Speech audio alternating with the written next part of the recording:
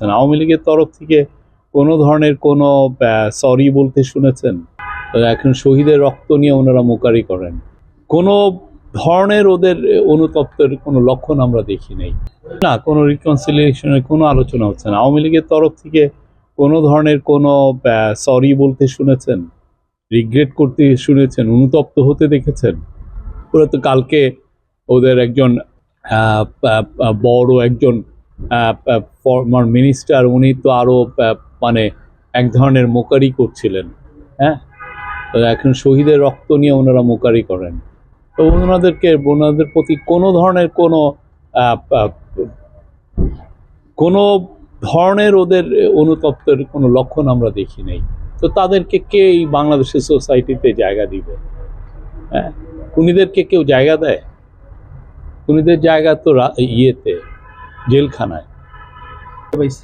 আর যারা আওয়ামী লীগের মধ্যে যারা ভালো আছেন, তারা অবশ্যই ভালো নেতৃত্ব বেছে নেবেন এইখানে। যারা ইলেকশনে যারা ভালো ইলেকশন ভালো যারা দেখবেন ক্যান্ডিডেট, তাদেরকে ভোট দিবেন।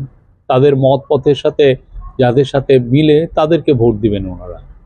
আমরা আশা করছি ইলেকশন খুব ভালো হবে এবং যা দেশের আপামর জনসাধারণ সবাই তাদের যেই ক্যান্ডিডেট তাদের পছন্দ হয় সেভাবে তারা ভোট দিবে।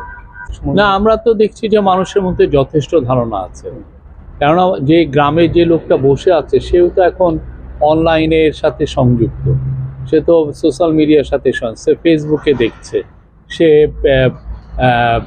টিকটক দেখছে, এবং প্রত্যেকটা জায়গায় গণভোট নিয়ে যথেষ্ট ভিডিও আছে, মানুষজন এটা নিয়ে কথা বলছেন, তারা এই কথাগুলো শুনছে। এবং সবাই, আপনারা একটা জিনিস কি অনেকে ভাবেন যে গ্রামে যে জনসাধারণ আছে তারা বুঝি এই বিষয়গুলো বুঝেন না, তারা খুব ভালো বুঝেন।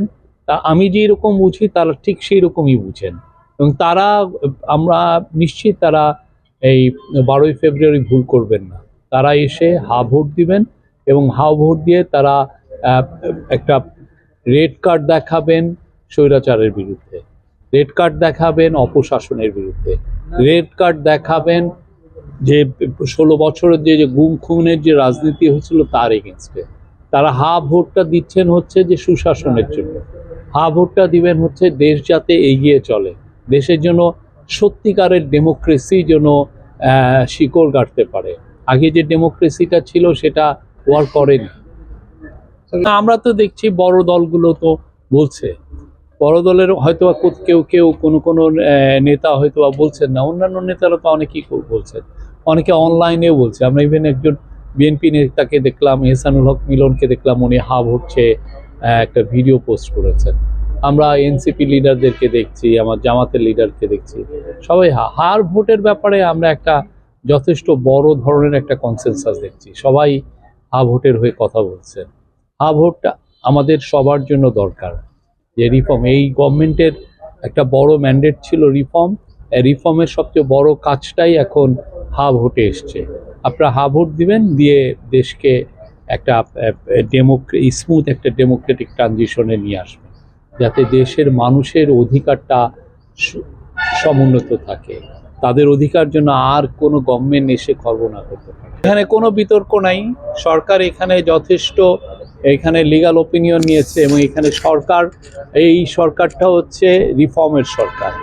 আপনি যদি পুরো দেয়ালগুলো, আমি জানি না ব্রাহ্মণবাড়িয়ার দেয়ালগুলোতেও দেখবেন সবাই সংস্কারের কথা বলেছে, আর সংস্কারের মূল জিনিসটাই এখন এসছে গণভোটে। এই গভর্নমেন্ট তো গণভোটের জন্য চাবেই, কেননা সে চায় দেশে একটা সংস্কার হোক।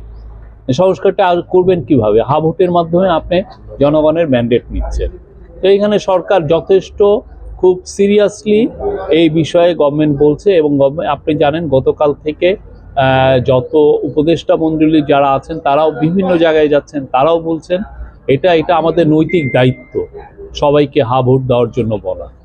আমি ইলেকশন কভার করেছি 20-25 বছর ধরে, আমি ইলেকশন কভার করি, সে 96 ইলেকশন কভার করেছি, 96 থেকে এই পর্যন্ত যতগুলো ইলেকশন হয়েছে সবগুলো কভার করেছি। আমি বলতে পারি যে এই বছরে যা ইলেকশন হচ্ছে এরকম পিসফুল ইলেকশন খুব কম হয়েছে। আপনি আগের ইলেকশনগুলোতে আপনি মারামারি দেখেন কি করেছে, আপনি 2018 ইলেকশনটা দেখেন, 2024-এর ইলেকশন দেখেন, অপোজিশনদেরকে তো কাছে ভিড়তেই দেয়নি, অপোজিশন লিডারদেরকে ধরে যে যদি যেই শহরে আছে অন্য শহরে পাঠিয়ে দিয়েছে, জেলে ঢুকিয়ে দিয়েছে। এখানে এর চেয়ে সুন্দর ইলেকশন আপনি কবে দিয়েছেন? এটা খুবই অবাধ হবে, সুষ্ঠু হবে, শান্তিপূর্ণ হবে এবং উৎসব মুখর হবে। আমরা আশা করছি বাংলাদেশের এটা একটা রেকর্ড, একটা টার্ন আউট হবে।